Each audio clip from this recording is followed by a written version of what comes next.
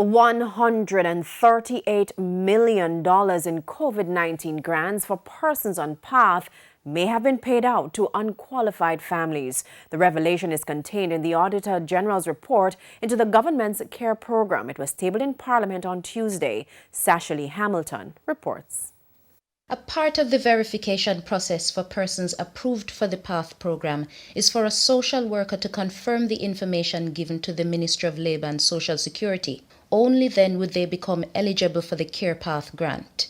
The Auditor General's investigation, however, found that some 13,000 families received grants without being given a verification date or final score by a social worker, which is a prerequisite for approval.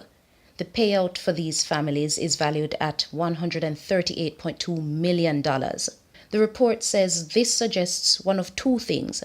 Either no verification was conducted by a social worker, or the information was not entered into the PATH Beneficiaries Management Information System, BMIS. However, the report also uncovered other inconsistencies with the BMIS. 255 people whose PATH applications were found wanting still received funds from the program.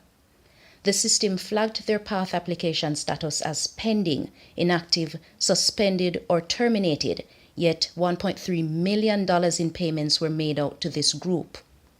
The report also found that 516 persons who did not submit the required documents for processing also received a payout. This totaled $3.1 million. The Auditor General says these missing documents increased the risk of benefits being paid out to unqualified individuals. But the issues uncovered could be worse than outlined in the report. The Auditor General indicated that not all the requested files were presented for auditing.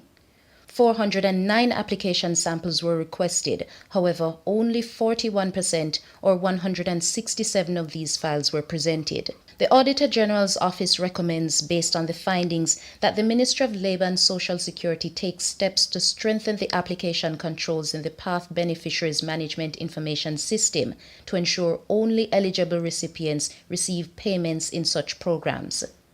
The Auditor General also suggests that the Ministry ensures all PATH beneficiaries' files are updated and maintained with the necessary documents to validate payments and provide an effective audit trail. Sashali Hamilton, TVJ News.